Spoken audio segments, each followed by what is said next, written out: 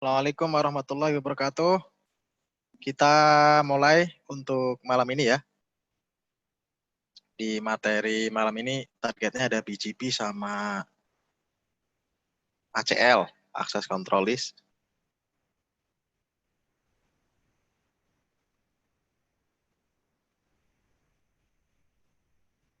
Oke, selamat datang buat Bapak Ibu yang sudah hadir.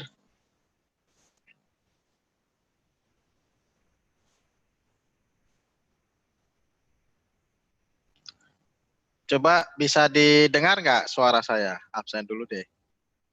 Sebelum kita lanjut.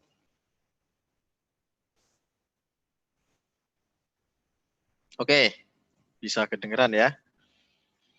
Jadi di BGP ini, kalau kemarin kita belajar IGP, Interior Gateway Protocol, nah di BGP ini salah satu contoh dari namanya eksterior. Ya, jadi dipakai untuk menghubungkan antar AS. Nah, kalau kita lihat di sini ada yang namanya Inter-Domain Routing Protocol. Ya, jadi IDRP. Salah satu contohnya adalah BGP. Kita lihat gambar di sini. Ya, jadi kalau misalnya ini AS65000, kemudian di sini ada AS65500. Katakanlah yang namanya AS number itu router di bawah satu manajemen yang sama, ya, misal PT Telkom. Yang ini ya, yang kiri. Kemudian yang kanan misalnya PT Indosat misalnya ya. Jadi perusahaan yang punya AS number, ya, jadi router-routernya itu nanti kalau di dalam perusahaan sendiri, nah di sini nanti pakai yang namanya IGP, ada RIP, OSPF, EIGRP yang sudah kita pelajari kemarin. Nah, ketika ingin menghubungkan antar AS yang berbeda, maka kita gunakan yang namanya BGP ya, atau BGP. Jadi dipakainya di internet. Jadi kalau BGP sekarang, BGP itu implementasinya ya network internet. Jadi di internet yang dipakai BGP. Kalau teman-teman megang router yang connect ke istilahnya punya peering ya, peer ke BGP perusahaan lain, nah itu nanti kita bisa lihat traffic di BGP, banyak IP address publik karena fungsinya untuk menghubungkan antar AS. Nah, kemudian di BGP ini nanti dibagi dua. Ya, jadi ada yang namanya internal ya atau eksternal. IBGP sama eBGP. Nah, AS number didapat dari mana? AS number didapat dari yang namanya IANA. Jadi kalau kita sebagai ISP biasanya nanti minta atau request AS number, nanti di bawahnya AS number baru ada IP public. Nah, dari IP public nanti di-assign ke user. Ya, dari user nanti baru di-set NAT, baru sampai internetnya ke kita. Ya, sederhananya begitu. Nah, di dunia sendiri untuk pengelompokan IP dibagi teritorial ya, secara geografis. Kalau Indonesia itu masuknya APNIC atau Asia Pasifik.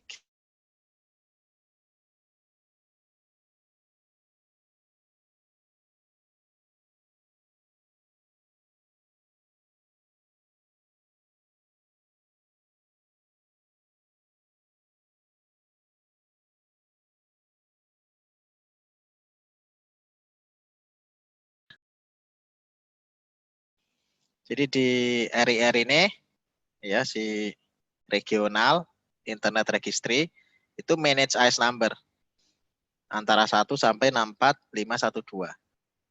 Sedangkan yang 64512 sampai 65535 ini dipakai untuk private. Jadi kalau eksternal BGP, nah itu pakainya yang ini ya kalau eksternal. Kalau internal yang pakainya yang private. Nah, berikutnya ya, BGP ini disebut juga dengan path vector. Jadi kalau kemarin kita sudah belajar RIP, kemudian IGRP, OSPF, nah itu lebih kepada routing protokol ya. Nah ini kalau saya nyebutnya kalau di BGP itu seperti kayak aplikasi ya, ini hanya istilahnya, ini penilaian saya. Kenapa? Karena di BGP sendiri itu banyak sekali parameter-parameter untuk memilih jalur ya, memilih jalur terbaik. Ada namanya BGP atribut. Nah, target kita malam ini BGP yang dipelajari itu masih basic.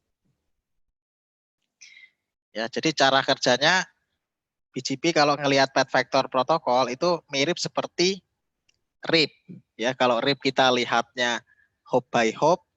Nah, kalau di BGP kita ngelihatnya AS ya, AS by AS. Jadi ada namanya AS path. Jadi sekumpulan router. Jadi kalau di RIP ngelewatin satu router, dua router, tiga router. Nah nanti kalau di BGP ngelewatin AS number punya perusahaan siapa, nanti lewat AS number punya perusahaan siapa. Ya, jadi disebut juga BGP dengan path vector protokol. Ya, jadi cara kerjanya di TCP. Ya, jadi hanya routing protokol yang pakai TCP. Makanya ya menurut saya mirip seperti aplikasi. Kalau yang lain kan masih di sisi IP. OSPF, EGRP di sisi IP ya. Over IP itu maksudnya di atasnya, sedangkan RIP pakainya UDP ya. Sama-sama transport layer dengan BGP. Cuman bedanya kalau RIP UDP, kalau BGP TCP. Kemudian untuk versi yang digunakan sekarang ada yang namanya BGP versi 4. Ya, didefinisikan di RFC 4271, support supernetting, CDR sama VLSM. Implementasi BGP dan CDR ini bisa mencegah routing tabel ukuran membesar ya. Jadi istilahnya diringkas, classless interdomain routing CDR. Jadi nantinya yang tadinya lebih dari 2 juta entry routes dengan CDR bisa di manage sampai hanya ratusan ribu ya. Di sini ada 300.000. Kemudian kalau di BGP itu ada yang namanya neighbor ya, atau tetangga. Jadi ketika kita bangun koneksi antar BGP,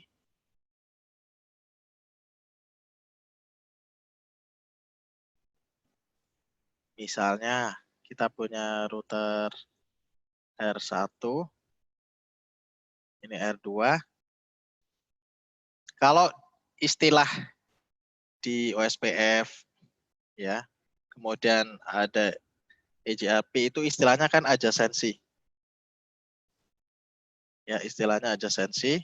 Nah, kalau di BGP istilahnya disebut peering. Makanya R1, R2 ini disebut sebagai BGP peer. Ini ya, jadi yang dimaksud BGP peer ini adalah BGP neighbor.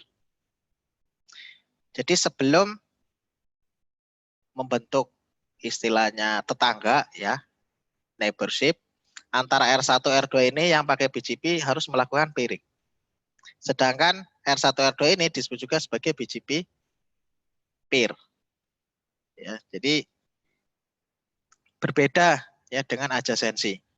Kalau misalnya kita pakai yang interiority protokol, ketika kita men-setting R1, R2, misalnya pakai OSPF, nah itu udah otomatis adjacency selama parameternya sama. Misalnya ya R1, R2 menggunakan EGRP selama AS number-nya sama, maka akan otomatis adjacency. Nah, tapi ketika kita pakai BGP, karena ya AS-nya berbeda, misalnya R1 ini AS-nya 100, kemudian di R2 ini AS-nya 200, maka kita harus istilahnya punya yang namanya kebijakan atau policy. Ya, seperti kesepakatan. Ya, jadi misalnya kita punya network di sini R1, punya networknya banyak, R2 juga banyak. Nah, ketika ingin membentuk biji bibir, maka R1 R2 ini ya harus kesepakatan. Kesepakatan bagaimana? Ya R1 harus mengkonfigurasi IP-nya R2 berapa, AS number-nya berapa. Ya, kemudian di sisi R2 juga sama. R2 harus mengkonfigurasi IP-nya R1 berapa, kemudian AS number-nya R1 berapa. Jadi dan syaratnya pun kalau kita ngomongin eksternal BGP itu harus direct connect, ya harus terhubung langsung. Jadi jadi mindsetnya BGP ini ya karena beda perusahaan, beda AS number, maka perlu beberapa kebijakan ya pembicaraan yang harus didiskusikan terlebih dahulu sebelum konfigurasi piring BGP. Ini konteksnya di eksternal BGP. Kalau misalnya konteksnya di internal, ya maksudnya di router sendiri, ya nggak perlu, ya istilahnya nggak perlu izin dan sebagainya karena kan router kita. Tapi tetap kita harus mengkonfigurasi manual, ya. Peer R1 R2 konfigurasi tetap dilakukan manual. Agar apa? Agar menjadi neighbor, ya atau tetangga. Berbeda dengan di interior gateway protokol, ya itu ketika kita nyeting OSPF, EGRP, RIP itu udah jadi tetangga tanpa kita mengkonfigur manual. Ya, jadi dua router ya yang membentuk TCP connection. Jadi koneksi TCP untuk pertukaran routing informasi maka disebut juga dengan BGP peers. Kemudian ketika dua router establish TCP ya disebut juga peer, bisa juga neighbor. Ya, jadi bisa peer atau neighbor atau tetangga bahasa Indonesia. Dan router yang menjalankan BGP disebut juga dengan BGP speaker. Jadi kalau kita lihat ya, jadi A dan C ini membangun yang namanya BGP neighbor. Kalau ini sudah beda AS. Jadi masuknya sebagai eksternal BGP. Kemudian ketika C, D, B ya ini membangun koneksi juga BGP tapi yang internal ya. Kemudian ada yang namanya AS 65500. Ya, jadi kalau yang CDB ini sebagai tetangga.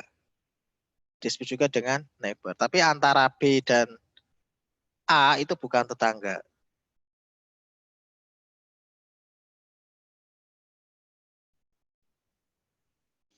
Ya, ini BGP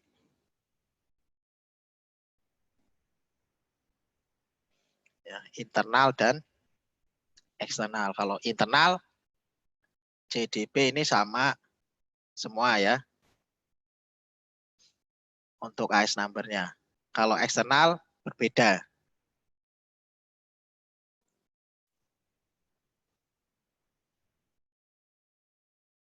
Sebentar saya ada telepon dulu ya.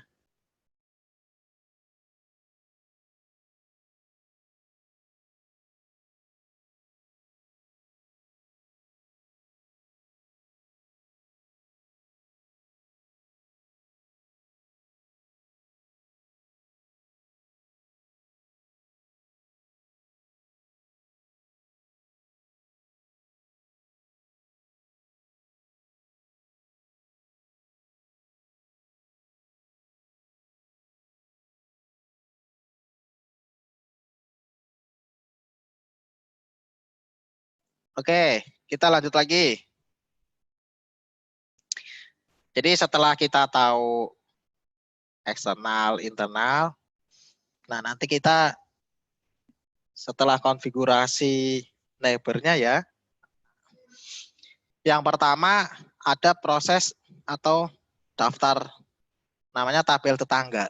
Ya, jadi ketika kita R1, R2 ya sudah berhasil membentuk peer, maka R1 maupun R2 itu akan punya yang namanya tabel tetangga. Nah, ini harus berhasil dulu. Ya, jadi R1, R2 kalau mau tukeran informasi routing update harus berhasil dulu. Jadi kalau misalnya nih ya, R1 bikin peer ke R2. R2 bikin peer ke R1. Tapi di tampilan tabel neighbornya nggak tampil, ya berarti ada masalah. Nah, ini harus diatasi. Ya, jadi cara ngecek peer BGP sudah connect atau belum, ya salah satu cara yang paling mudah adalah melihat dari nanti list neighbornya atau list tetangganya ada atau enggak. Jadi disimpannya di neighbor tabel. Kemudian ketika sudah berhasil ya, neighbor tabelnya ada isinya, R1, R2 sudah istilahnya menjadi tetangga. Nah, berikutnya baru ada namanya tabel BGP. Jadi informasi root ya seperti database. Jadi di tabel BGP ini seperti database-nya BGP. R1 dapat informasi network dari R2. R2 dapat informasi network dari R1. Nah, setelah semuanya komplit baru dilakukan pemilihan rute terbaik. Dan nantinya akan menjadi yang namanya tabel routing. Jadi yang terbaik diinstal di tabel routing. Ya, jadi ketika ya misalnya neighbor bermasalah, berarti tabel BGP-nya nggak ada isinya. Kalau nggak ada isinya, berarti nggak ada pemilihan rute terbaik. Ya, jadi tiga-tiganya ini harus runut, ya. Nah, kemudian nanti di BGP tabel nih banyak parameter-parameter atribut. Atribut yang akan digunakan untuk mencari jalur terbaiknya. Oke, kita mulai konfigurasi BGP basic ya.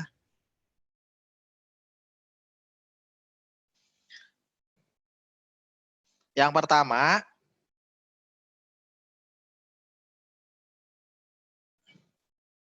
kita tentukan dulu ya router BGP, kemudian AS number-nya berapa.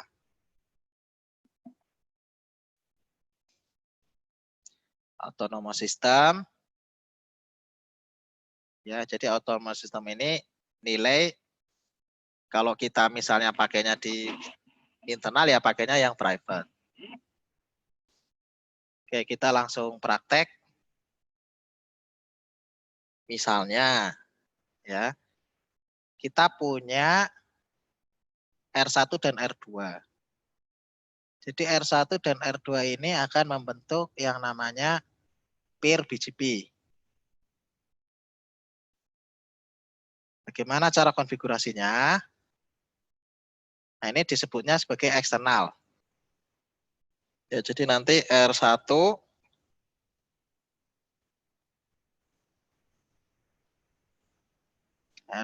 nanti punya misalnya AS number sendiri. 100, AS 100. Nah, nanti di R1 misalnya punya interface loopback. Loopback 1. S32. Ini di R1. Nah, kalau di R2 ya ini misalnya sebagai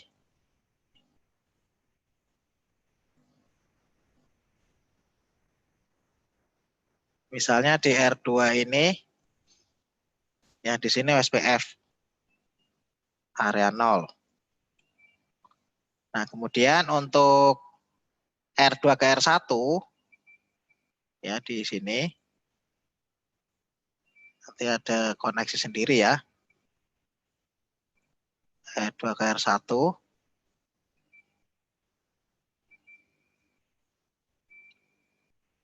Misalnya kita set sebagai AS 200. Ya, jadi kita set AS-nya R2 ke AS-nya R2 itu 200, AS-nya R1 100. Nah, bagaimana cara konfigurasi eksternal BGP-nya?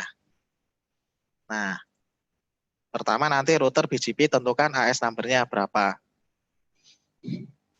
Jadi hanya satu instan BGP ya yang bisa dikonfigur di dalam satu router dalam satu waktu yang bersamaan.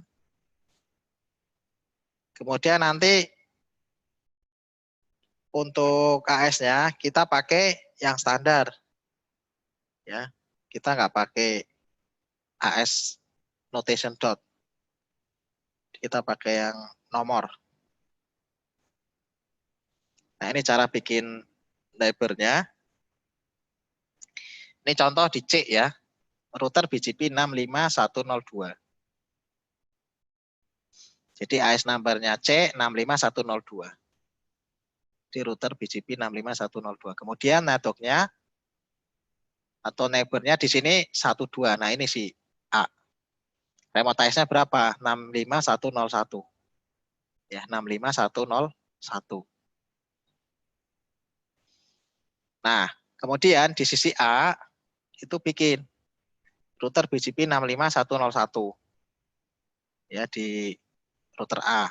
Nah, si router A ini ternyata dia connect juga ke AS 65102.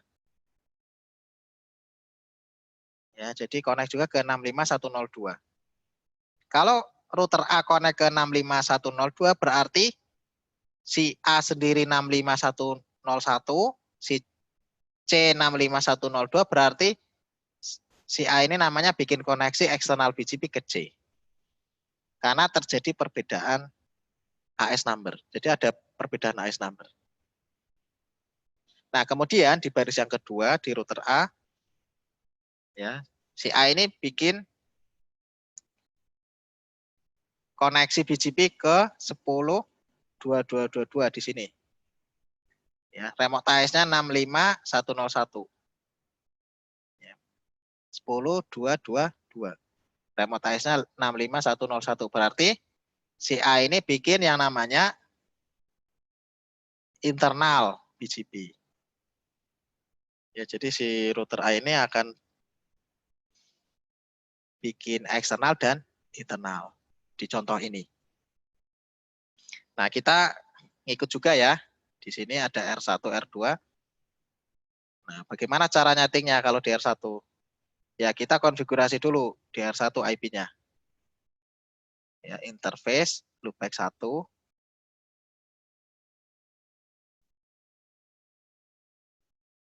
Kemudian FA00. 12, 12, 12. 1 ya, karena R1. 0, no shutdown. Nah, setelah itu bisa langsung bikin BGP. Dengan cara apa? Ya, router, BGP. AS number-nya berapa? Punya R1, 100. Setelah itu tentukan neighbor-nya, yaitu IP-nya si FA00R2. Neighbor 12, 12, 12, 2. Nah, remote AS-nya, jadi remote AS itu artinya AS punya R2. Di sini 200. Nah, ini konfigurasi di R1 bikin neighbor dulu ya. Kemudian di R2. Nah, di R2 kita bikin yang sama ya, bikin eksternal BGP, tapi kita konfigurasi IP-nya dulu. Conf T interface FA00 IP address 12 12 1 0 no shutdown. Nah, ini ada IP duplikat ya. Harusnya 12 12 2. Ini duplikat. Nah, ini makanya akan muncul duplikat address. Oke, setelah itu kita ping ke 12 12 12 1. Pastikan reply. Oke, 80%, ulangi 100%. Nah, berikutnya kita bikin peer ya, peering BGP. Router BGP AS number-nya R2 itu 200. Ya, kemudian tentukan neighbor berarti IP-nya FA00R1. 12 12 12 1. Remote AS-nya ya di sini 100 ya. 100. Nah, untuk ngecek verify-nya bagaimana? Ya nanti harusnya muncul ya BGP up ya, BGP neighbor up. Nah, kita lihat dulu coba. Nah, ini ya muncul BGP 5 adjacency change neighbor 12 12 12 2. Jadi R1 punya neighbor 12 12 12 2 yaitu ya R2. Begitu juga R2 ya punya neighbor 12 12 12 1 yaitu R1. Nah, berikutnya kita cek, kita verifikasi ya. Verifikasi tabel neighbornya. Ya, tadi kan nah ini nih. Tabel neighbornya katanya sudah up ya kan ada output lognya tadi. Nah, kita bisa cek show IP BGP summary. Nah, ternyata sudah tampil ya. Jadi si R1 punya tetangga neighbor yaitu 12 12 12 2. Kemudian versi 4. Tapi di sini prefixnya ya itu masih 0. Jadi belum ada yang di advertise ya, di sini masih 0. Kemudian di R2 show IP BGP summary. Nah, ini juga sudah tabel neighbornya sudah ada tampilannya ya. Jadi R2 punya neighbor 12 12 12 1. Di sini masih kosong. Ya, state atau prefix recordnya. Nah, kemudian bagaimana cara menampilkan tabel BGP-nya? Ya, show IP BGP. Komennya, show IP BGP. Nah, ini masih kosong.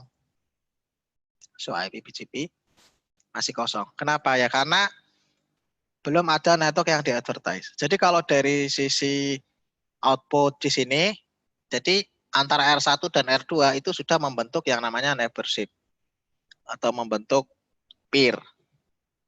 Tapi untuk network yang di-advertise belum ada. Ini ada pertanyaan.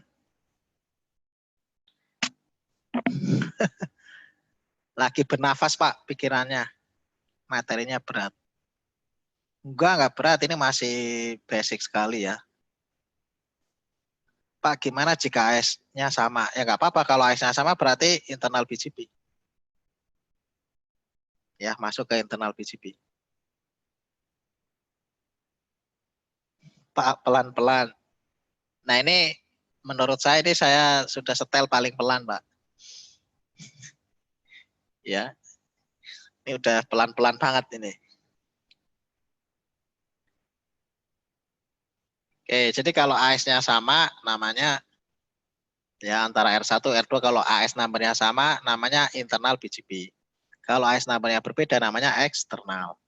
Penggunanya bagaimana?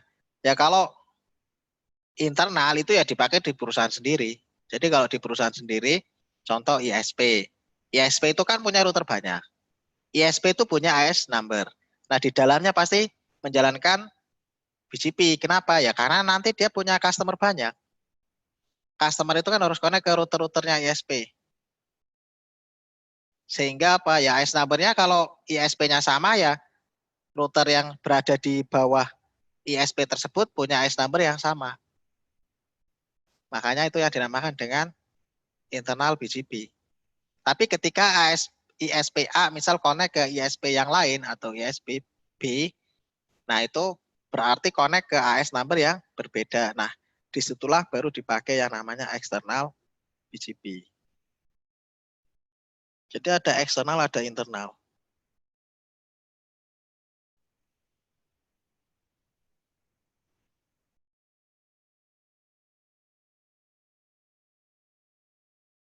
Ya, jadi harus tahu kapan kita pakai internal, kapan kita pakai eksternal. Oke, berikutnya bagaimana agar R1 atau R2 ada tabel BGP-nya? Ya, berarti kita akan mengadvertise loopback 1 sehingga nanti R2 bisa reach loopback 1.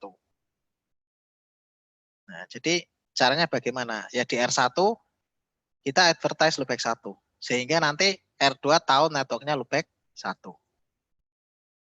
Caranya ya masuk router BGP 100, baru masukin networknya di sini. 111, masnya masukin. Nah, nanti cek di sini, show IP BGP. Nah, ini langsung masuk. Ya, kalau kita lihat di sini, jadi si R2 itu sudah dapat root. Dari siapa? Ya dari next hop-nya yaitu 12, 12, 12, 1. Ya 12, 12, 1 itu di sini. Jadi ini 1. Ya, di FA00. Kemudian di sini 2. Jadi kalau baca ini artinya apa? Si R2 ya dapat root 11/32. Next hop-nya mana? 12, 12, 12, 1. Artinya R2 kalau mau ke loopback 1 ya, itu lewatnya 12, 12, 12, 1. Nah, ini baru kita melihat yang namanya tabel BGP. Nah, kemudian bagaimana kalau melihat yang ketiga, tabel routing? Ya, tampilkan show IP route. Nah, nanti ada BGP-nya. Nah, di sini ya, ketika ditampilkan tabel routing router, maka muncul 111/32 dipelajari melalui BGP, B ya di sini.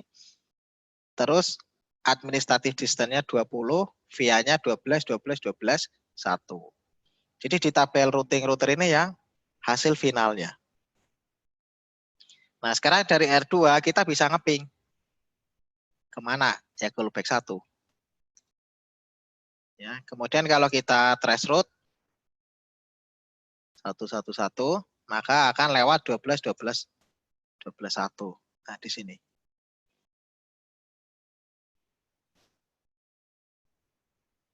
Ya, jadi ini yang dinamakan dengan BGP.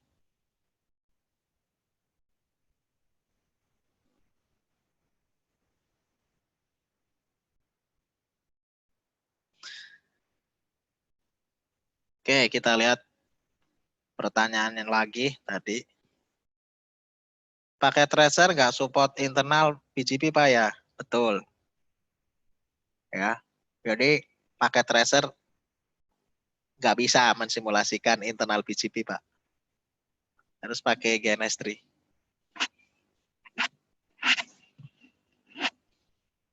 Berarti double ya Pak, router isi BGP sama OSPF.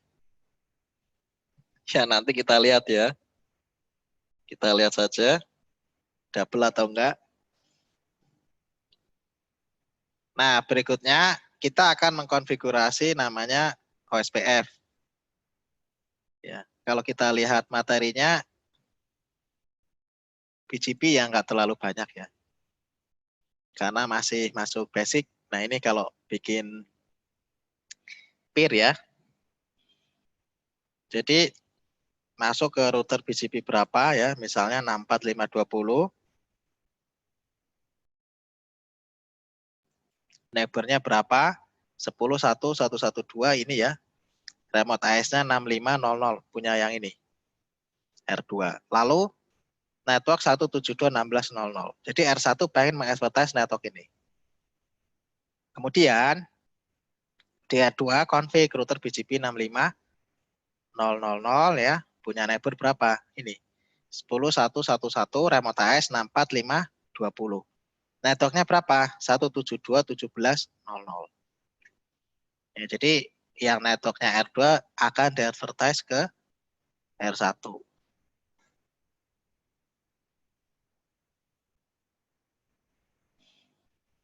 Oke, kita lihat lagi. Nah, ini kalau ditambahin lagi ya di R1, R2. Nah, di R2 kalau di sini 65.000 ya. Kalau networknya seperti ini bagaimana?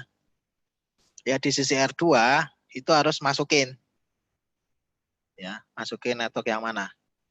Ya, network di sini 10.220 itu 10.220. Setelah itu berapa? 10.444. Nah, masukin 10.444. Jadi fungsinya neighbor ini untuk membentuk peer dengan router lain ya. Fungsinya network ini untuk mengadvertise networknya ke dalam BGP. Jangan bingung.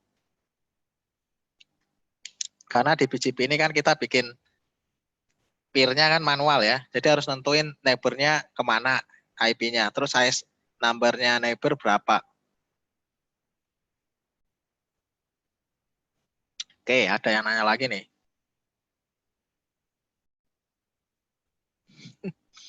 Tujuan kita peering dengan perusahaan lain digunakan untuk apa biasanya, Pak? Oke. Di Indonesia ada PT Telkom, Pak ya. Nah, PT Telkom itu ngepir kemana internetnya? Ya pasti misalnya ya ke Singapura. Nah, kenapa kok harus ke Singapura? Misalnya jalur paling dekat. Nah, kenapa harus peer ke Singapura? Ya kalau kita nggak peering nanti internetnya sampai ke kita bagaimana? Kan urut-urutannya dari klien, ya dari kita ya, rumah nih. Habis itu naik ke IndiHome. Ya, dari IndiHome nanti naik ke networknya Telkom.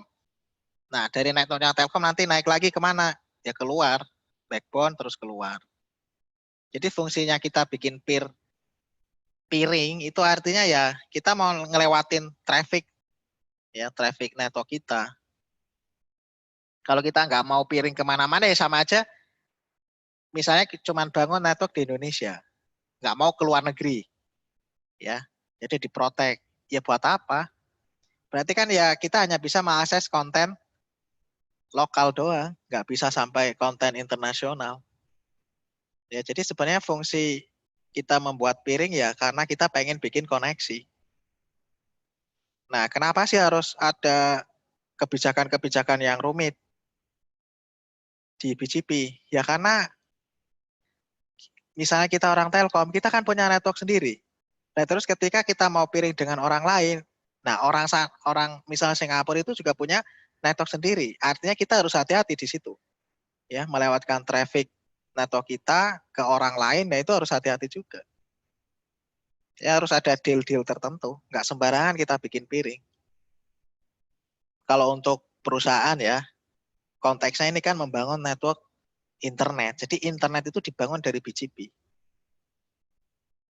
Ketika di suatu tempat ada internet, pasti di atasnya itu ada router yang terkonek ke BGP. Entah itu, biasanya pertama routernya ya terkonek ke internal BGP. Internal di perusahaan sendiri. Nah ketika keluar, berarti menggunakan eksternal. Ya, artinya keluar dari AS-nya sendiri itu pakainya eksternal. Ya, jadi memang kalau kita internetan itu kan nggak lihat routernya. Ya, kalau kita ngakses internet dari kita itu udah langsung dapat akses internet, dapat IP public, misalnya ditaruh di router. Ya sudah, kita nggak tahu bagaimana routing setelah router di rumah kita. Nah, di situ. Ya, karena memang rumit. Ya, maksudnya setelah dari misalnya router kita terus naik ke atas, nah di situ mekanismenya banyak.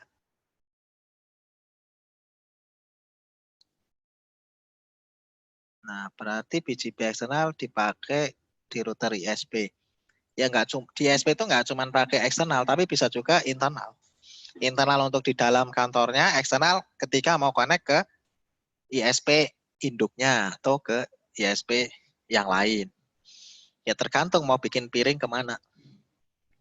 Ya sama aja kita mau mengkoneksikan network kita. Ya misalnya punya sekolah, sekolah kita pakai BGP. Nah kita mau mengkoneksikan network kita ke bikin peer ya, langsung ke Telkom. Ya, jadi Pak saya minta jalur dedicated mau bikin peer BGP. Nah berarti kan network yang kita manage itu nanti bisa langsung ke internet ya. Istilahnya lebih seperti kita punya ISP sendiri kalau sekolah pakai BGP.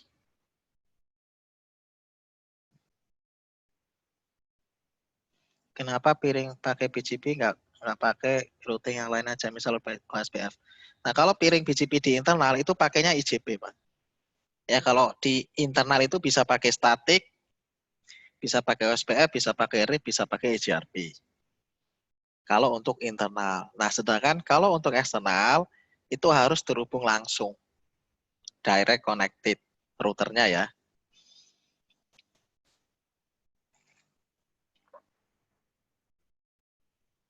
Oke, lanjut lagi. Nah, ini makin banyak lagi. Di router 2 itu connect ke eksternal ya. Kalau connect ke eksternal di sini 10 1 1 1 1. Itu ke eksternal ya, ke R1. Kemudian di bawahnya ke 33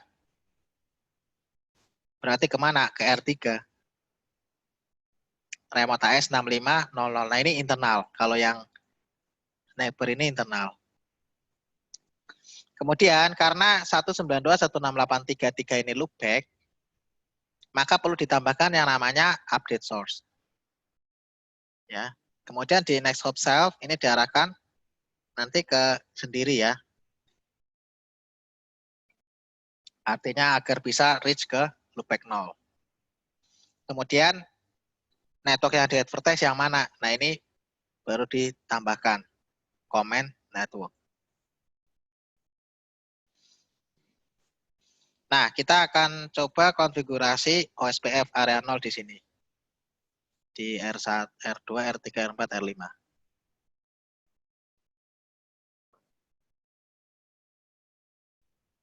Di R5 kita tambahkan loopback ya. Loopback 5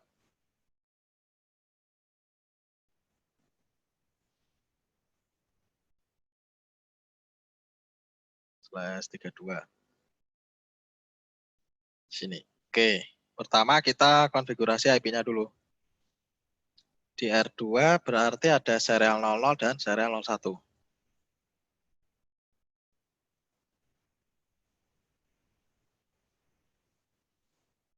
IP address 232323 2 ya.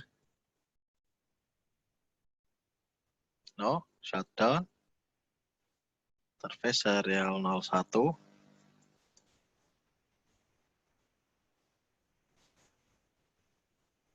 24 karena koneknya ke router 4. No, shutdown. Verify 23 2 24 2. Oke, berikutnya R3.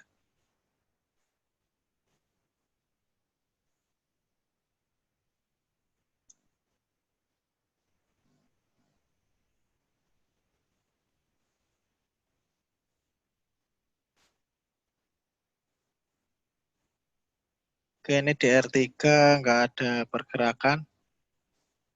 Saya shutdown stop dulu. Start lagi. Oke.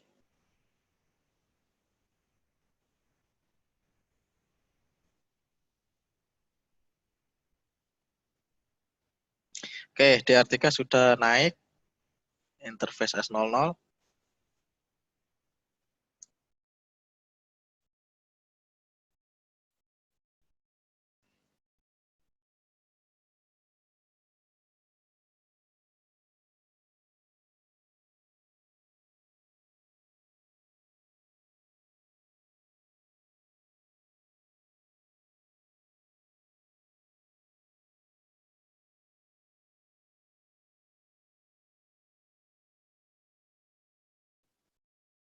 R3 sudah, berikutnya R4.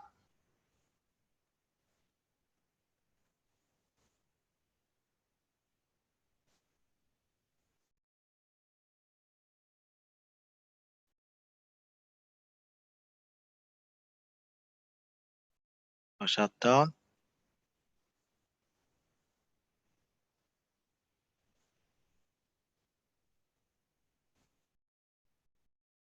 Berikutnya yang terakhir R5.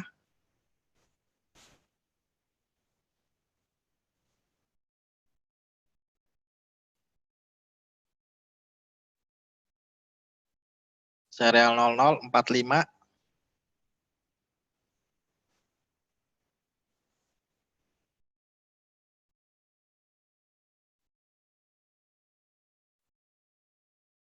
35.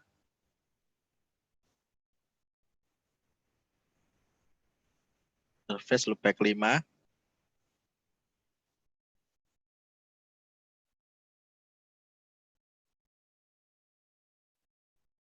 Oke, 45, 5, 35, 5. Oke.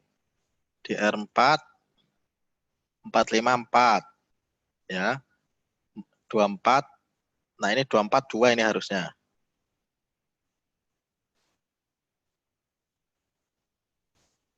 Harusnya 4 di sini.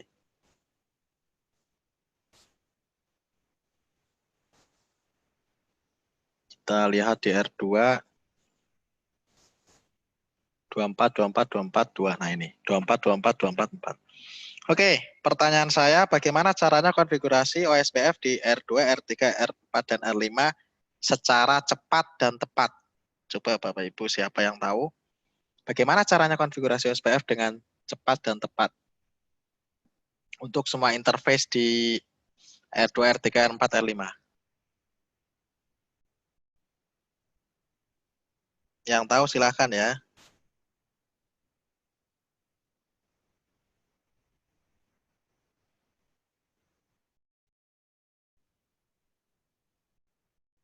Gimana caranya konfigurasi OSPF agar cepat dan tepat?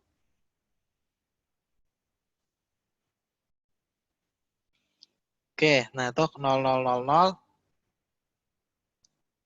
pakasmanya 0000.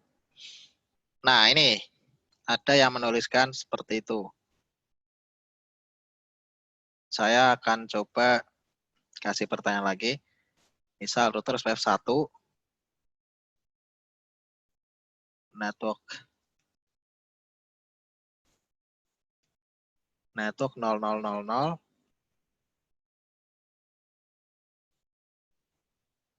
Nah, ini nanti minta tolong dijawab yang benar yang mana. Saya lagi tulis di chat. Nah, router SPF 1 network 0000, wildcard mask-nya 0 semua, atau router SPF 1 networknya 0000, wildcard mask-nya 255 semua area 0. Yang benar yang mana? Yang atas atau yang bawah? Saya tuliskan di chat.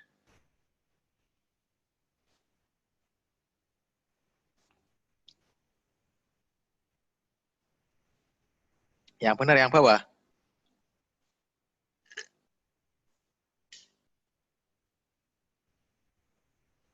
Oke, katanya yang bawah. Oke. Kalau begitu saya mau masukin yang atas. Ya, saya mau masukin yang atas di semua router. Mulai dari router R2, lalu R3, lalu R4, lalu R5. Itu nyatanya saya pakai yang atas benar, bisa naik, Pak. Ya.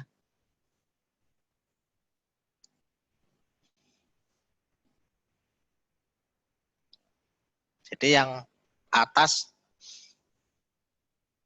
ya, kalau kita lihat network 0000, ya, wildcard mask-nya 0000. Terus kalau yang bawah 255, 255, 255. Jadi yang benar yang atas atau yang bawah ini? Setelah melihat saya ketikkan di router OSPF di masing-masing router. Yang benar yang bawah atau yang atas? Yang wildcard mask-nya 0 semua atau 255 semua?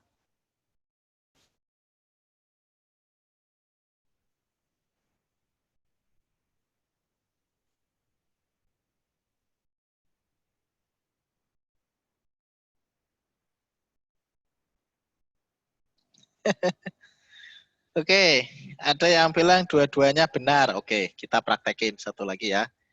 No router SPF, saya hapus. Di R2 saya hapus. Di R3 saya hapus.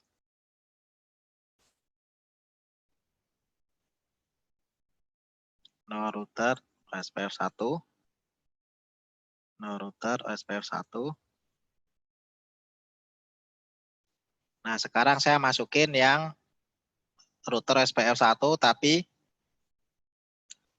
wildcard masknya 255 semua. Ini di router 2 ya.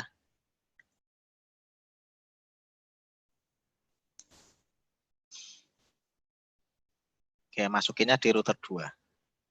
3 dan 4.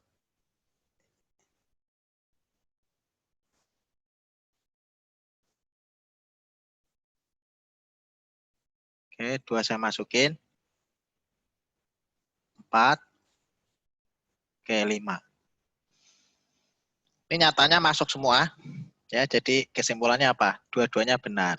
Ya, seperti yang Pak Gede kasih tahu, dua-duanya benar.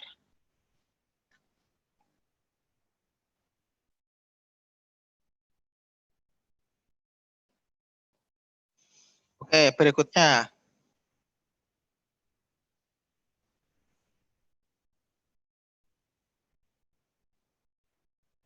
Ya, di sini sampai di sini ada pertanyaan dulu. Sip. Jadi bisa milih ya yang wildcard masnya 0 semua atau 255 semua. Nah, kita lanjut di materi berikutnya, ada namanya firewall ACL ya, Access Control List. Nah, ini fungsinya buat apa?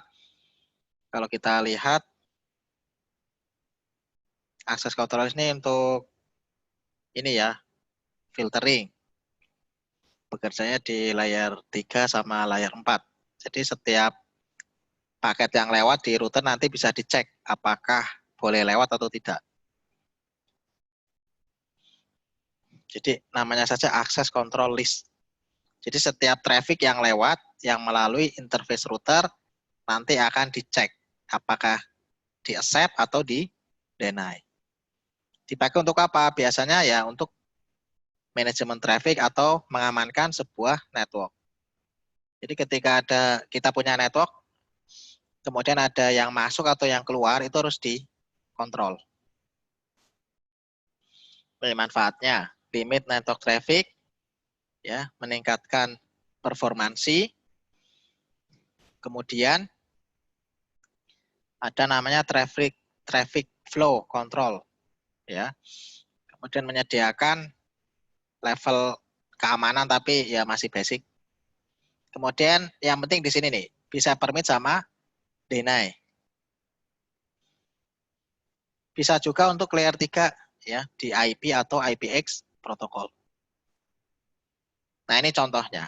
Jadi ketika kita membuat ACL di interface, maka paket akan mengalami beberapa step ya. Jadi akan dicocokin dengan rule-nya. Misal paket to interface, maksud di interface. Nah, ini rule-nya match atau enggak? Kalau iya, nanti ujungnya permit atau deny. Kalau permit berarti lanjut ke destination interface. Kalau misalnya deny, akan dibuang. Ya. Jadi setiap rule di access list, nilainya match atau tidak. Kalau match, selanjutnya apa? Kalau enggak, selanjutnya apa? Nah, di bawah ada yang namanya implicit deny any. Jadi implicit deny any ini artinya apa? By default semuanya ke deny. Tanpa perlu mendefinisikan. Jadi langsung ke deny. Ya, ACL ini akan dicek dari atas secara sequence. Nah, kemudian pada saat masuk ya, nanti si paket kan dilihat di layer 2-nya. Nanti akan di forward ke interface mana. Nah, nanti ACL hanya ngecek di layer 3. Ya, jadi ngeceknya di layer IP atau IPX. Dan ACL bisa dipakai untuk router ya, untuk kontrol akses network atau subnet. Jenis ACL ada 2 yang kita pelajari. Ada yang namanya IP dan extended IP. Jadi ya IP ini disebut juga dengan standar. Standar ACL dan extended ACL. Jadi kalau diringkas, Ya, ACL, ada yang namanya standar ACL. Kalau standar ACL itu nomornya 1 sampai 99. Ya, hanya tahu atau hanya bisa ngeblok source network atau source IP. Jadi nggak tahu tujuan. Jadi ketika kita pakai standar ACL, kita nggak tahu atau nggak bisa ngeblok kalau tujuannya kemana. Nah, itu kita nggak tahu. Jadi si standar ACL itu hanya bisa ngeblok ini source-nya dari mana. Atau ini IP-nya dari mana. Nah, itu yang dilakukan oleh ACL standar. Otomatis lokasi atau penempatan role-nya di router yang dekat dengan tujuan. Nah, kenapa ya? Karena ketidakmampuannya mengetahui network tujuannya mau kemana. Ya, karena standar ACL hanya tahu source network atau source IP. Kemudian yang kedua ada yang namanya extended ACL. Nah, ini ringkasannya. 100 sampai 199 ya, bisa tahu source destination IP atau source atau destination network ya. Kemudian bisa tahu source atau destination port address. Jadi kalau yang ini layer 3 ya, port address itu layer 4. Jadi bisa tahu TCP, UDP. Nah, penempatannya di router dekat atau di router dekat sumber atau source. Dekat ya. Penempatannya di router dekat sumbernya. Nah, ini ringkasannya dari access list standar dan ACL. Nah, kita lanjut di sini.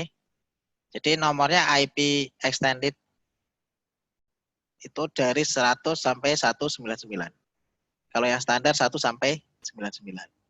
Jadi nanti ketika kita mau bikin ACL standar atau extended, ya nanti disesuaikan ya dengan tujuan kita bikin rule-nya untuk apa. Nah, ini ada yang namanya inbound dan outbound.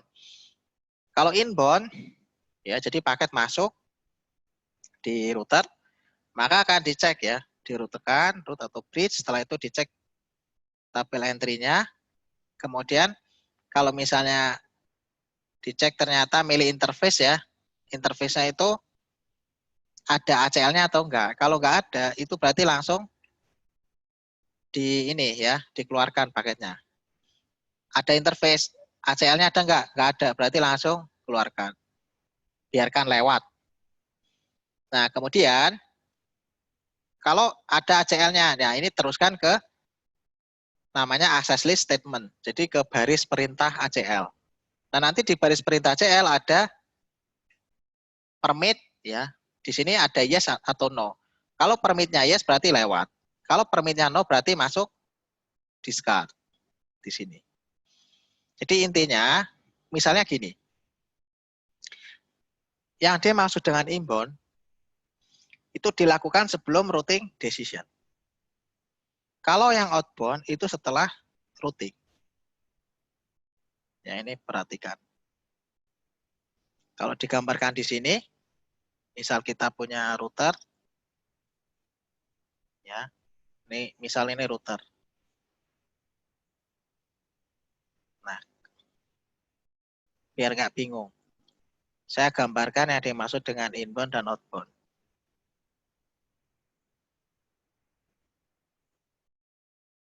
Ini saya sebut sebagai in, dan ini sebagai out. Nah, di sini kelihatan kan ya bedanya ya. Di sini ada R3. Kalau in artinya apa? Ya ini artinya inbound. Ya, jadi paket yang masuk mengarah ke R3. Ya, jadi yang masuk menuju ke R3. Kemudian kalau paket yang outbound itu yang bagaimana? Yang keluar dari R3. Ini konteks yang dipelajari adalah akses control list untuk Cisco. Ya, jadi berarti di proses in Ya, paket itu belum masuk ke tabel routing. Makanya ini nih belum, istilahnya router itu belum melakukan routing decision. Jadi baru mau masuk router di interface itu sudah dicek dengan ada ACL-nya atau tidak, permit atau deny. Sedangkan misalnya routingnya ada di dalam sini. Nah, sedangkan bedanya out itu berarti sudah di sini berarti sudah masuk ya. Setelah itu lewat routing, setelah itu baru keluar. Nah, nanti di sini ada pengecekan ACL. Jadi kalau outbound itu dilakukan setelah routing decision. Ya, jadi itulah bedanya inbound dan outbound.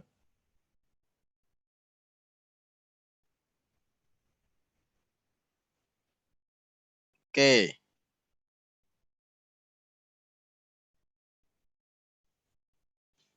Mudah-mudahan nggak bingung ya. Bagaimana untuk konfigurasinya? Nah, kita pakai komen namanya access list. Terus nomornya berapa? Terus ada permit atau deny. Ya, dan test condition. Kalau mau menghapus tinggal ketik no access list number. Kalau mau masukin access list bisa pakai access group.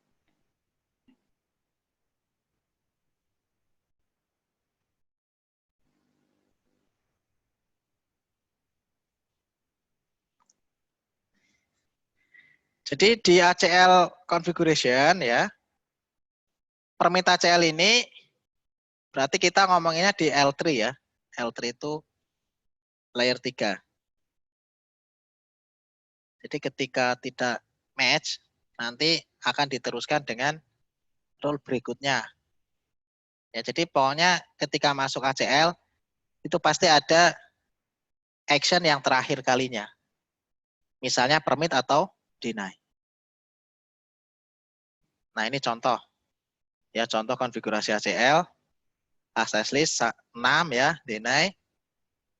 172.13.00, kemudian dituliskan wildcard mask-nya di sini. Jadi bikin rule ACL seperti ini. Access list 6, permit 172.000. Setelah itu wildcard mask-nya ini. 0255, 255, 255. Nah, nanti dimasukin di interface. Ya, interface in0, IP access group. Nah, 6 ini untuk manggil. Manggil dulu di sini, in atau out. Kalau mau menghapus pakai no access list 6. Nah, ini saya contohkan.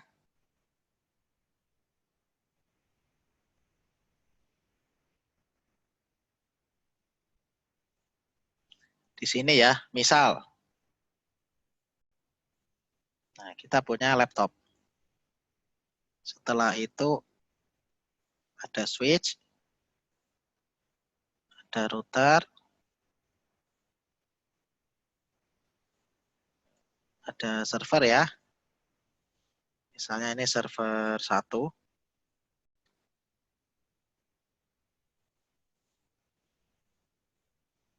Kita akan bikin contoh ACL.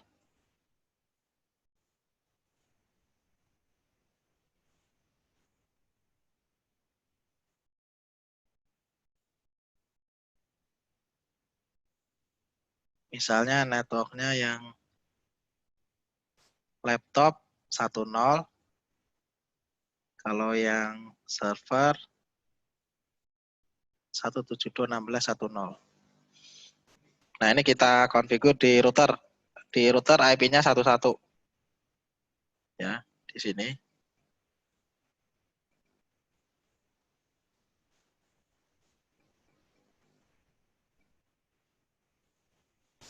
Interface FA00. IP-nya 11 ya.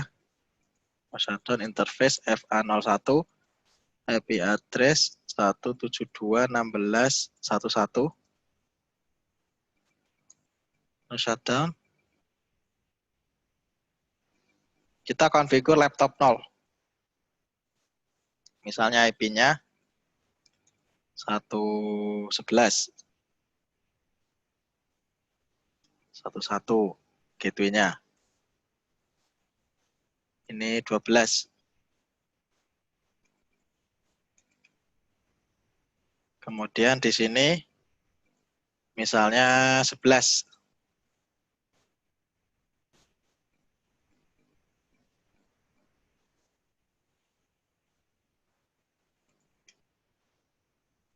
Nah, kalau kita lihat sekarang, laptop 0 mau ke server, sukses ya, di sini sukses. Laptop 0 mau ke server, sukses. Di sini nggak ada ACL, semua traffic boleh lewat. Ya, kalau kita contoh, kita lihat prosesnya.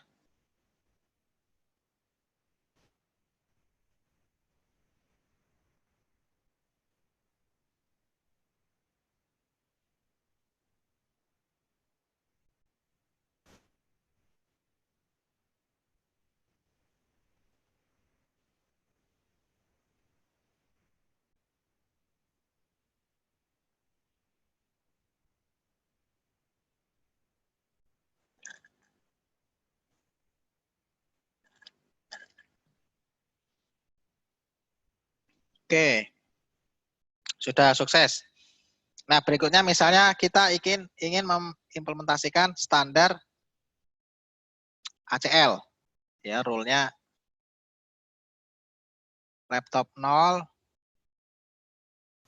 ya dilarang mengakses server. Laptop 1 diperbolehkan mengakses server. Nah, ini contoh ya. Ini contoh standar ACL. Berarti kalau dari sisi rule-nya, laptop 0 dilarang mengakses server. Ya, access list. 1 ya, deny. Laptop 0 berapa IP-nya? Tadi 11. 681.11. Nah, ini pakai wildcard mask karena host jadinya 0000. Access list, misalnya 1. Berikutnya laptop 1 diperbolehkan mengakses server. Berarti permit 192.168.112.0000. Nah, ini contoh rule sederhana. Ya, jadi laptop 0 mau ngakses server tidak boleh. Laptop 1 ngakses server boleh. Nah, rule-nya seperti ini. Nah, nanti role-nya ditaruh di interface mana? Ya, yang paling efektif itu ditaruh di interface. Nah, ini coba Bapak Ibu tebak. Kira-kira role-nya efektif ditaruh di FA00 atau FA01?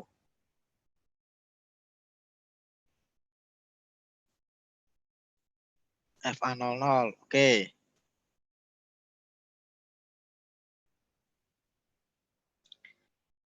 Efektifnya ditaruh di FA00.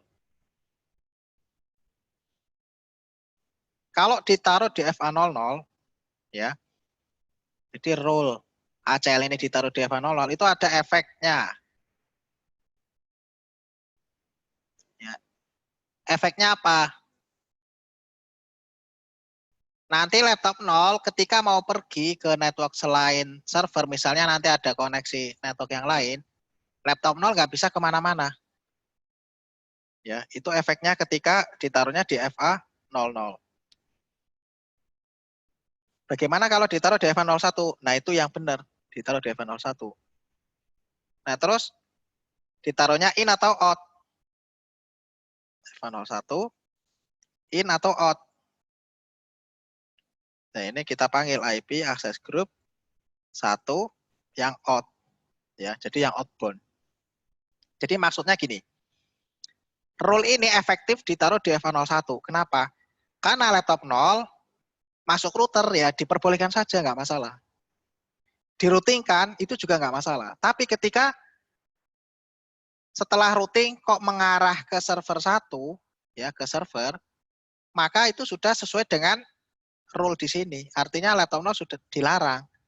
Ya, laptop 0 ini match-nya dengan DNA. Akhirnya ya diblok. Jadi ngebloknya itu pada saat di FA01 paketnya. Bukan di FA00. Terlalu dini kalau di FA00. Kalau kita blok di FA00 artinya kita membatasi laptop 0 ke network selain server. Ya. Jadi memang belajar aksesis itu memang kadang-kadang ada banyak ininya ya yang tersembunyi. Nah, ini ditaruhnya di out. Agar apa? Agar spesifik. Nah, kita taruh ya. Taruh di router. Setelah itu rule-nya kita taruh di sini.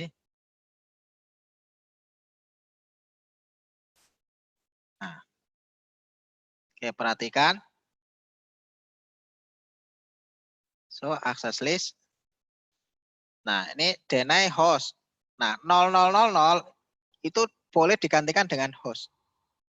Ya, jadi kalau misalnya saya bikinnya pakai host saja. Misal ini ya, ini versi 2-nya nih.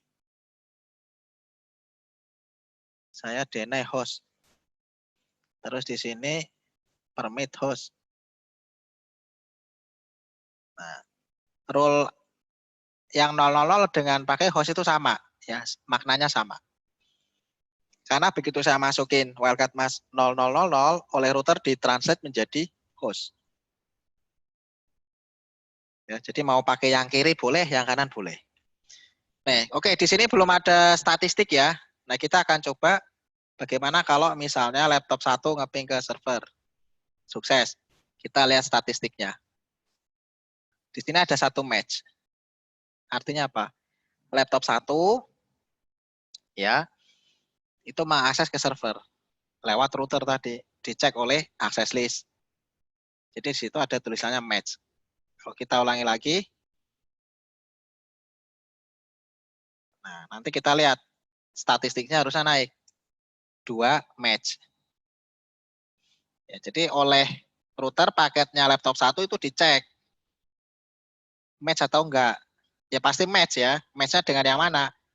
Misal nih laptop 1 IP-nya 112 masuk ke switch, masuk ke router. Begitu mau dilempar ke F101 oleh router, stop dulu, ada ACL-nya. Nah, ternyata setelah dicek, loh ini IP-nya 112. Kalau 112 itu match-nya dengan permit. Ya sudah, berarti saya perbolehkan. Ya, jadi harus dicek satu-satu. Bagaimana dengan laptop 0? Nah, kalau laptop 0, nah di sini fail. Nah, kita lihat statistiknya. Nah, di sini baru terisi 1 match. Artinya apa? Laptop 0 begitu masuk ke switch, lewat. Boleh ya. Begitu masuk router, boleh. Tapi begitu mau dikeluarkan di F101, stop dulu. Karena di F101 itu ada akses list. Tahunya dari mana? Lihat saja di show IP interface F101. Ya.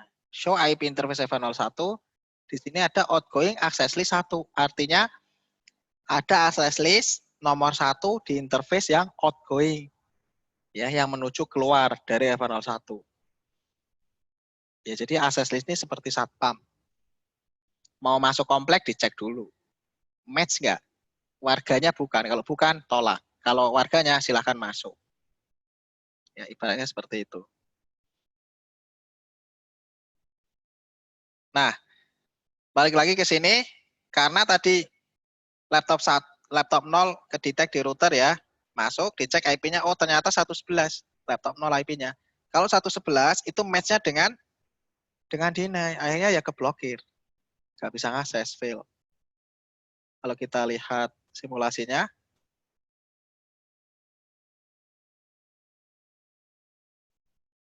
nanti berhenti di router.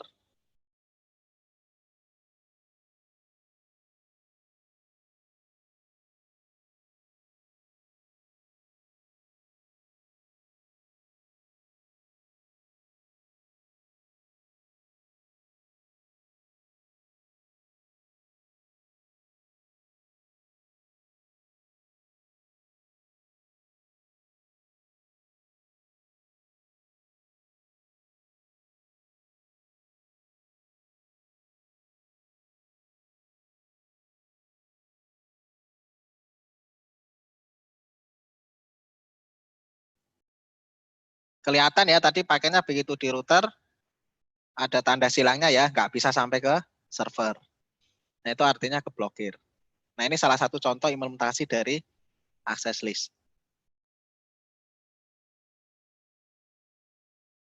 Ya, jadi IP access group ini untuk manggil manggil access list yang sudah dibikin. Jadi harus di-apply di interface. In atau out. Nah ini tadi wildcard mask. Kalau 0 itu artinya harus dicek, harus match. Kalau 1 boleh di-ignore. Ini sudah dibahas kemarin. Hati-hati menggunakan wildcard mask. Ya, jadi, nah kemudian ada namanya any, kemudian ada namanya host. Kalau any itu artinya semuanya. Kalau host itu spesifik satu host.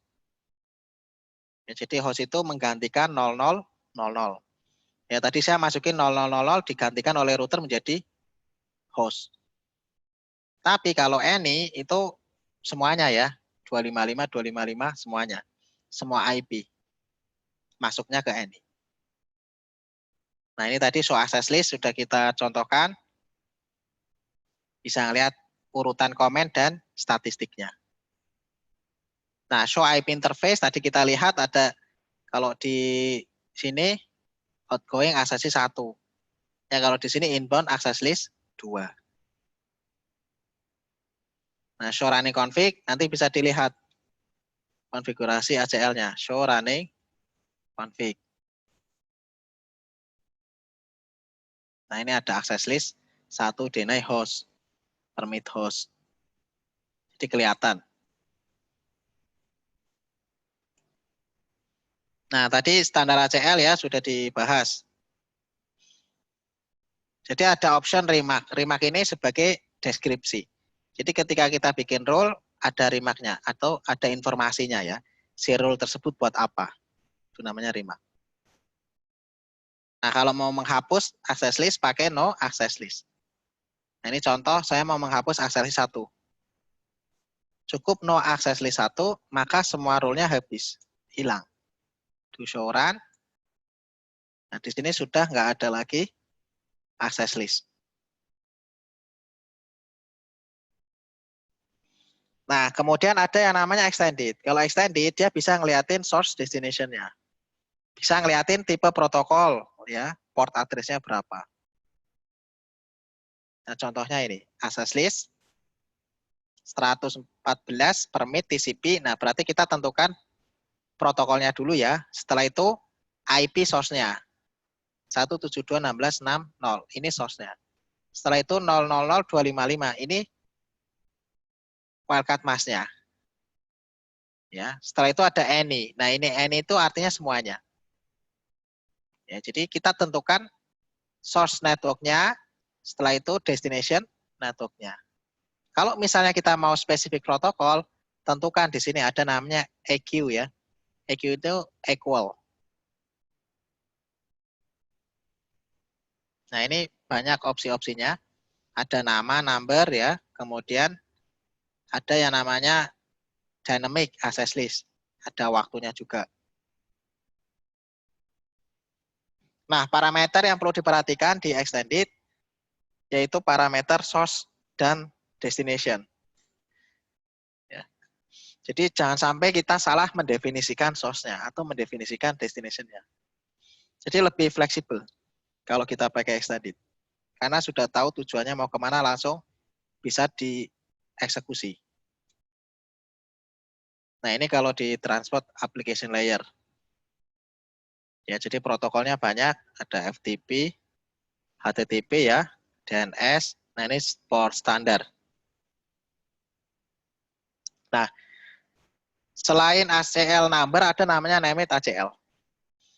Kalau kita lihat named ACL IP access list extended ya, namanya apa? Kalau standar berarti IP access list standar namanya apa? Kalau kita lihat di sini IP access list.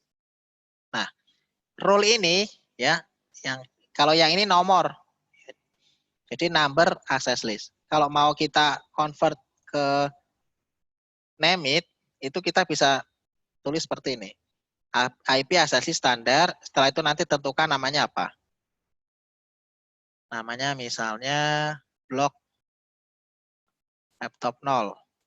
Nah, setelah itu tentukan optionnya apa. Deny atau permit. Ya, kita tentukan deny ya, host 192.168.1.11. Setelah itu permit host 192.168.1.12.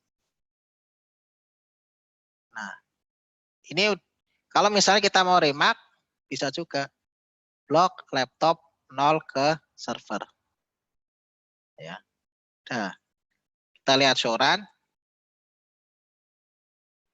Perhatikan, di sini ada IP access list standar. Ya. Jadi IP access list standar ini komen.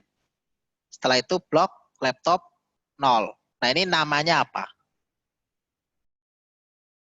Ya, jadi kita bikin namanya apa?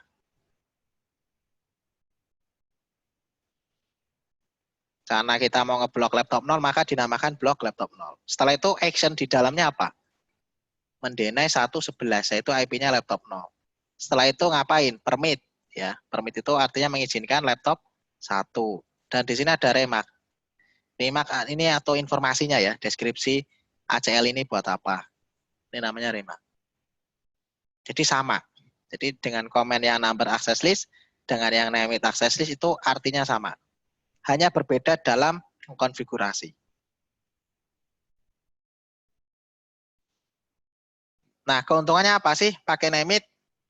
Nah, ini kalau pakai name it kita nggak perlu, istilahnya kalau ada yang diedit, kita tinggal ngedit nomornya yang berapa yang mau diedit. Kalau pakai number ACL, itu begitu kita menghapus, misalnya tadi ya, no access list 1, nah nanti hilang semua. Nah, seperti ini. Kita misal punya 10 access list 1. Jadi access list satunya ada 10 baris. Kalau ada yang salah atau mau ngedit, kita nggak bisa ngedit salah satunya. Jadi harus dihapus semuanya, no access list 1. Nah, ini nggak enaknya kalau pakai number access list. Jadi ada satu yang error, ya komennya. Kalau mau benerin harus ngapus semuanya. Kemudian baru ditulis ulang lagi. Nah, kalau pakai name it, enggak. Kita nanti tinggal ganti ya, nomornya mau yang mana yang mau diganti. Ya, karena apa? Karena IP standar list ini ya, kalau kita show access list itu ada nomornya 10, 20. Nah, ini nanti kita bisa insert, ya dimasukin atau diedit. Nah, ini menempatkan ACL, kalau extended naruhnya di source traffic, kalau standar taruhnya di destination. Ya, tadi ACL itu salah satu implementasi dari firewall. Jadi ada namanya paket firewall, ada content firewall, ada apa lagi? Selain paket, application. Ya. Di sini ada application gateway. Jadi firewall itu luas. Kemudian nanti ada juga firewall yang software base, ada yang hardware base. Nah, itu bisa dieksplor. Oke, di sini saya akan mencontohkan ya lab lagi. Bagaimana caranya memprotek virtual terminal access atau memprotek namanya telnet. Jadi hanya host tertentu yang boleh masuk ke telnet. Nah, ini kita bisa protek. Nah, ini contohnya begini. Jadi saya harus hapus dulu akses listnya.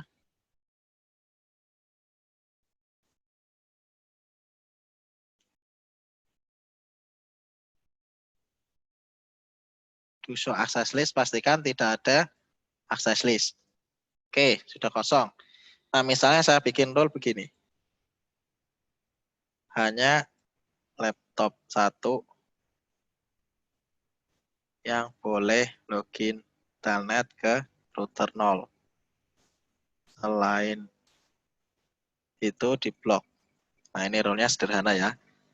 Jadi kita mengontrol yang bisa telnet di router 0 itu cuma laptop 1. Jadi yang punya wewenang cuma laptop 1. Yang lainnya nggak boleh. Makanya di sini kita bikin ya. Rule-nya interface FA00. Oh, nanti kita bikin ACL-nya dulu. Access list 1.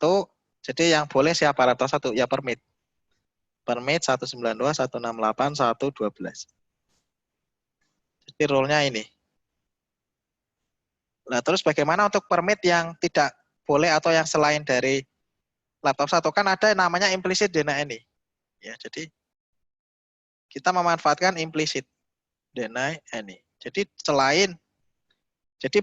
di bawah rule ini itu semuanya ke deny. Tadi di awal saya jelaskan namanya implicit deny any itu ke deny tapi enggak didefinisikan di komen. Ya, kemudian baru kita manggilnya di mana rule ini?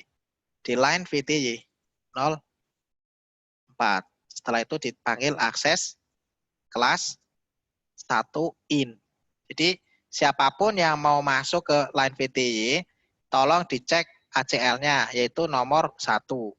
Ya, si router akan ngecek yang masuk sesuai dengan nomor 1 atau tidak. Ya, jadi logikanya, kalau di sini yang permit hanya 112 doang, berarti selain itu ke deny.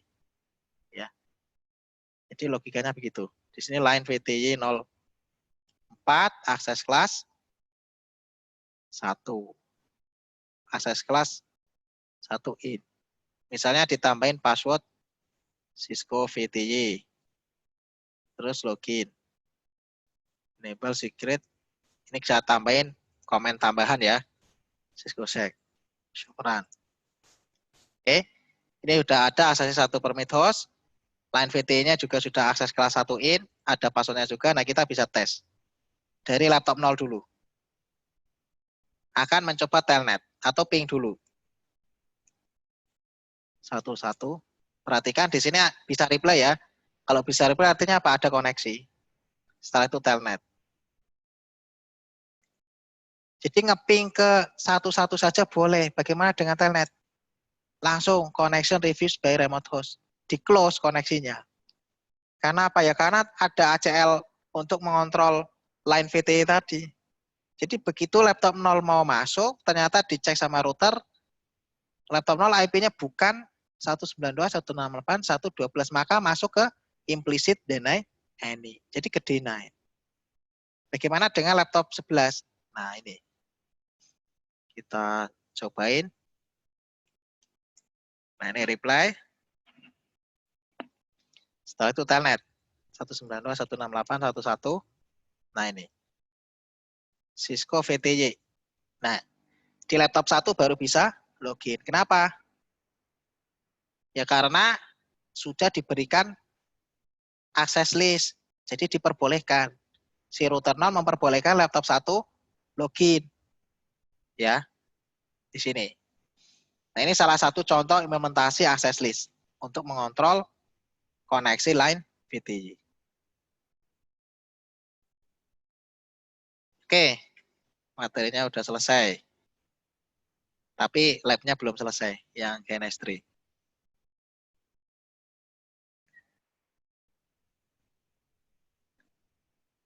Tanya Pak, berarti kalau kita ingin memblokir domain lewat port selain protokol, HTTP juga DNS-nya ya? Nah, ini beda lagi. Ya, kalau sudah mainan domain, berarti itu udah layer application. Pakai ACL ya nggak match. Karena ACL ini kan layer 3 by IP. Nggak cocok Pak pakai ACL buat ngeblok domain. Bisa nggak blok semua host kecuali cuma 1 host? Blok semua host kecuali cuma 1 host. Bisa aja. Ya, yang barusan itu kan keblokir semua. Kalau kita logiknya seperti ini, berarti kita hanya memperbolehkan 1 host saja, 192.168.112. Hanya 192.168.112 saja yang bisa ya mengakses ke server. Sedangkan yang lain berarti masuk ke implicit deny any. Ya, jadi bisa ini jawabannya.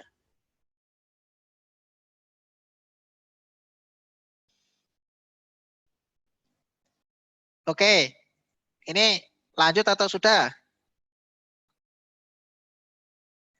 Pak, kalau ACL pakai IP kan kadang berganti-ganti. Kalau ACL menggunakan MAC bisa nggak Pak? Nggak bisa Pak. ACL itu kan layer 3. Layer 3 itu IP. Kemudian bisa juga layer 4, ada TCP UDP. Kalau misalnya ngeblok pakai MAC, yaitu ada yang lain ya, bukan ACL tapi namanya. Bisa, tapi yang lain. Lanjut.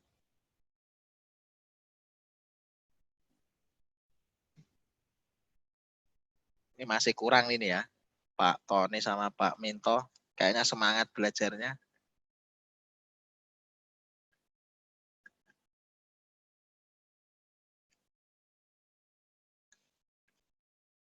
Oke. Untuk ACL saya rasa sudah ya. Nah ini paling kita nyelesain topologi yang ini.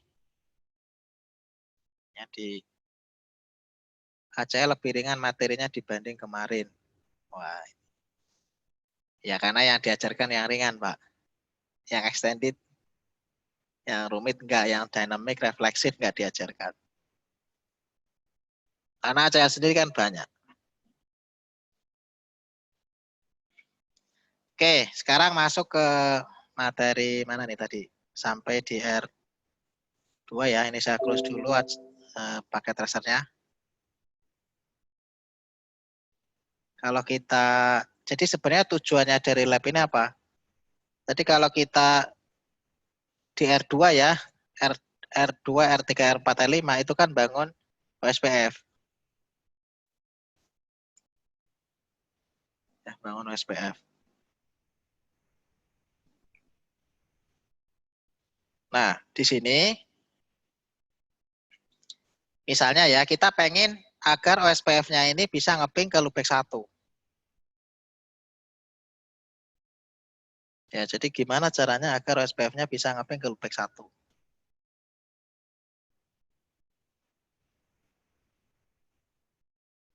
Ada yang tahu caranya gimana? Bagaimana caranya agar network OSPF bisa ngeping ke loopback 1 yang ada di BGP?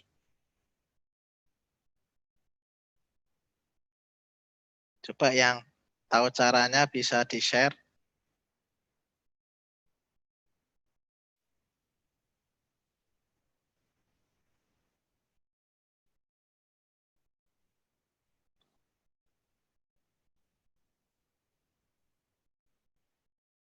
Redistribute default route.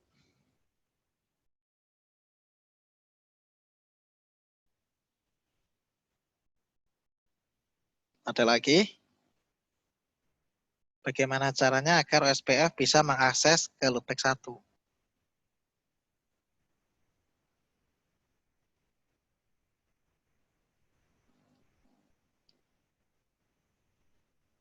Oke.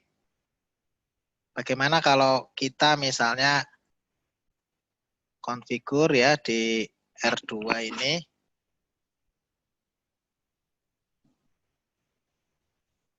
Misalnya dengan yang namanya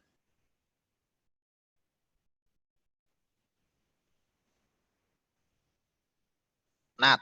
Ya, kita bikin access list. Access list 1 misalnya permit didefinisikan 23, 23, 23.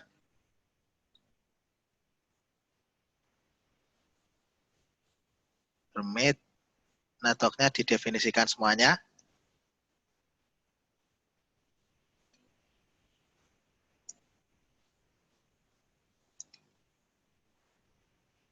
Tiga lima 350.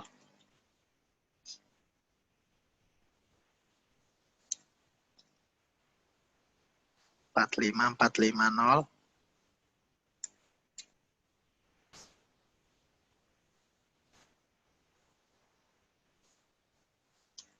Permit loopback 5 juga. Kalau kita lihat show run as access list, maka DR2 diperbolehkan semua ya untuk access listnya. Nah, untuk apa kita perbolehkan? Nah, kita akan bikin yang namanya NAT. Ya, jadi nanti di interface S000 IP NAT inside. Interface S01 IP NAT inside. Interface FA00 IP NAT outside. Ini nggak tahu berhasil atau tidak. Sepertinya error di GNS3-nya. Ya. Error semua ini.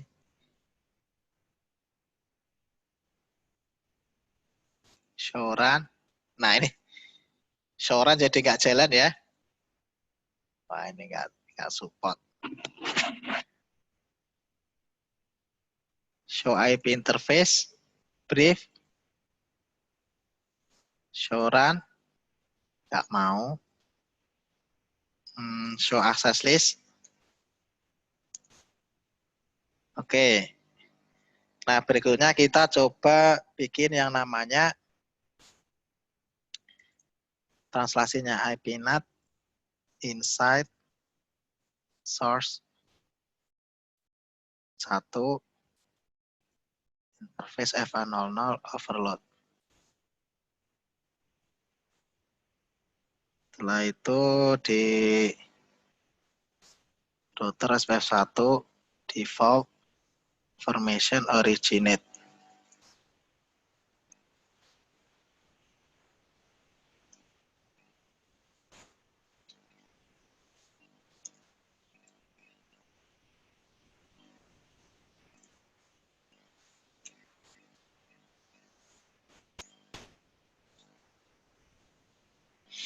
Oke, kita cek di R3.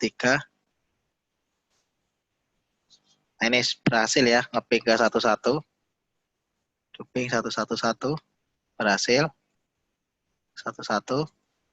Oke, kalau kita trace route, nih ping 1111, source loopback 5. Nah, artinya apa? Kita ngeping ke 11 dari source address 5. Nah, ini sudah berhasil. Nah, ping 111 source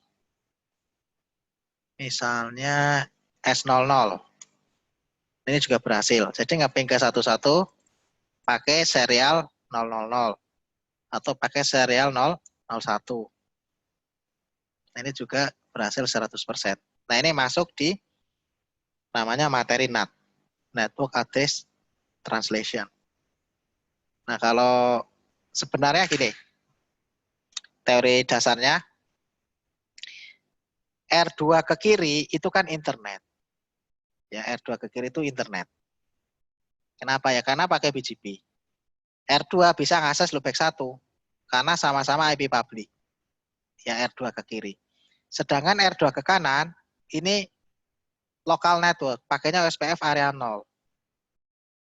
Sehingga bagaimana caranya agar OSPF area 0 ini yang private network ini bisa mengakses loopback 1 di network public ya. Oleh karena itu kita di R2, karena R2 ini sebagai jembatan private ke public, maka bikin yang namanya NAT. Show run, nggak tampil ya konfignya. Nah ini gara-gara di setting NAT jadi seperti ini, memorinya kacau. Nah jadi intinya gini, saya tuliskan dulu di sini. Nanti bisa cobain sendiri konfignya. Jadi di R2 itu dikonfigurasi namanya, kalau mau bikin NAT ya, pertama bikin ACL dulu. ACL untuk semua network. Makanya tadi saya masukin access list 1 permit 23.23.230 ya. Access list permit 24.24, 35, 45 sama loopback 5. Nah, itu di step 1. Ya. Jadi di step 1 access list.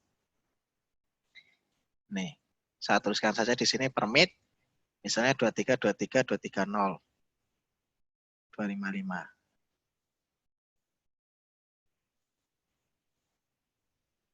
Nah, ini baru network antara R2 R3.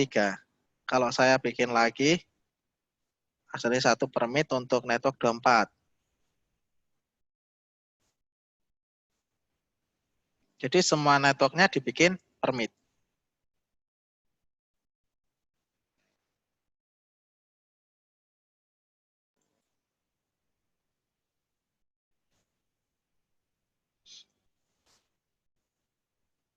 Tiga lima empat lima.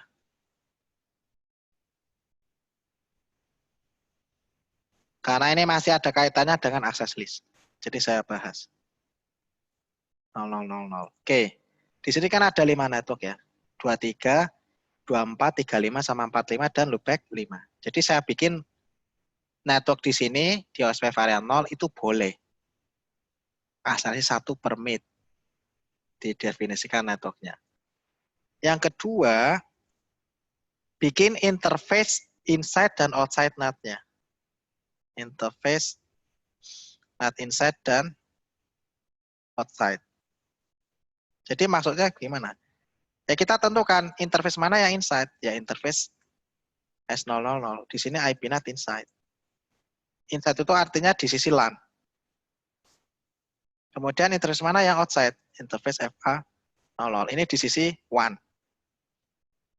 Ya, outside.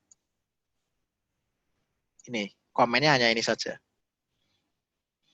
NAT inside, NAT outside. Kemudian yang ketiga, barulah ditranslasi. Ya, translasi. Ya, private network ke public. Sebenarnya nomor 1 ini kan private. Nomor 2 kita mendefinisikan mana interface inside, interface LAN, dan mana outside interface public. Setelah itu dilakukan translasi private network ke public. Tinggal IP NAT inside source list. Dari access list 1, ya. Setelah itu kita pakai interface yang ke internet yang mana? Ya, interface FA00. Setelah itu kita pakai namanya overload. Jadi keyword overload ini untuk menggunakan yang namanya PAT, Port Address Translation.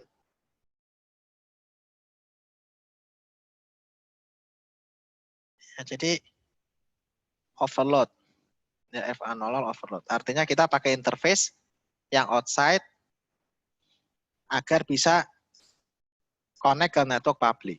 Jadi koneksi kita ya ketika keluar dari FA00 itu dianggapnya adalah berasal dari IP 12.12.12.2, bukan dari IP private. Itu yang namanya konsepnya NAT. Ya, jadi kita keluar dari network SPF ini keluar ke network public di BGP ini dianggapnya adalah asalnya dari 12.12.12.2. Nah, kemudian yang keempat ya ada namanya redistribute. Default route di OSPF. Gimana caranya agar semua network OSPF di sini dapat default route ke arah luar, ya? Maka di OSPF ditambahkan komen ini. Default ya, information originate always. Jadi fungsi dari default information originate always itu untuk mengenerate default route. Ya, jadi kalau kita lihat di sini di R2 itu nggak ada default route sebelumnya.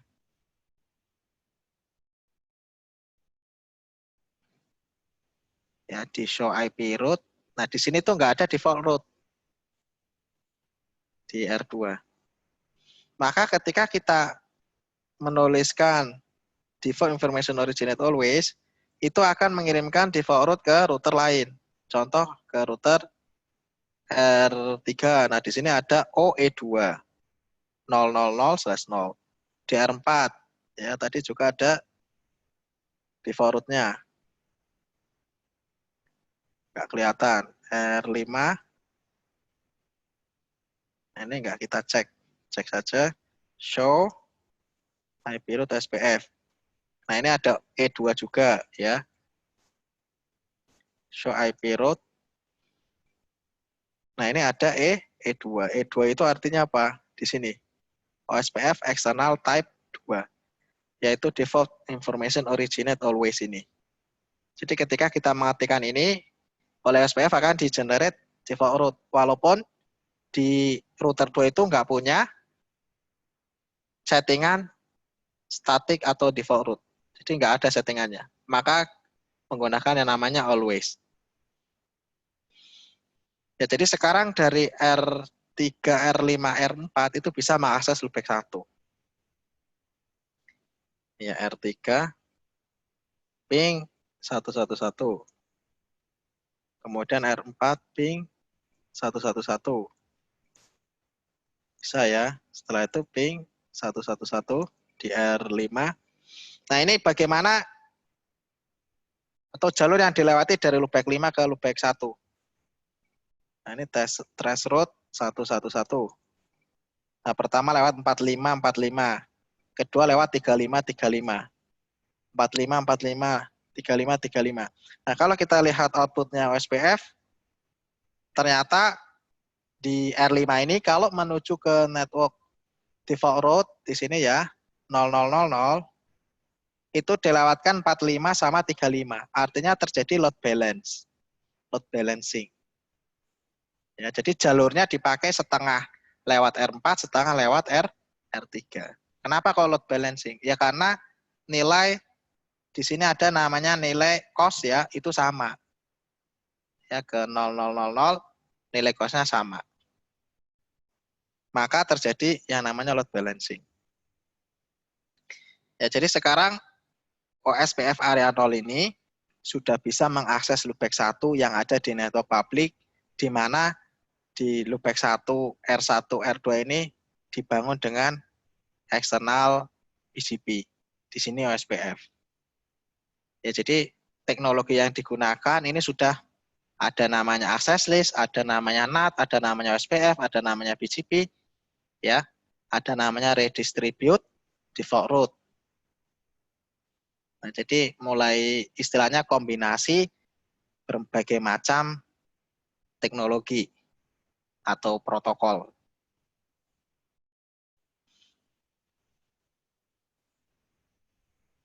Oke, ada pertanyaan? Bagaimana malam ini? Tambah pusing atau tambah jelas?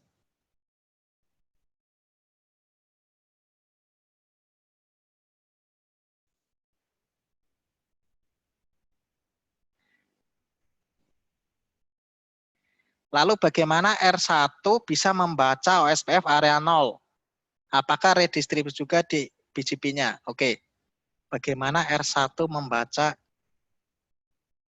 OSPF area 0?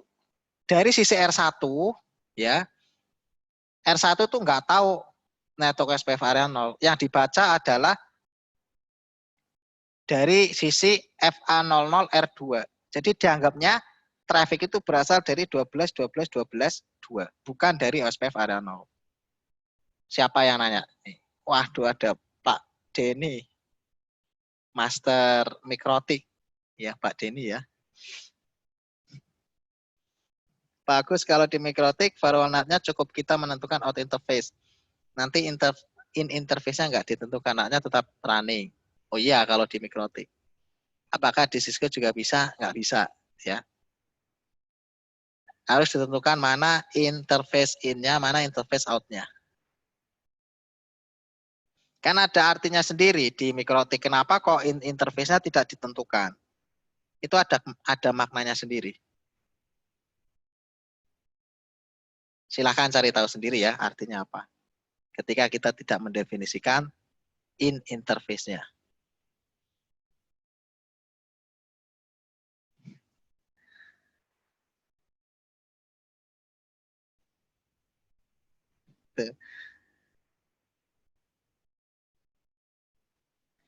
Di Mikrotik untuk dynamic routing tidak perlu out atau in interface. Nah, itu udah dijawab sama Pak Denny.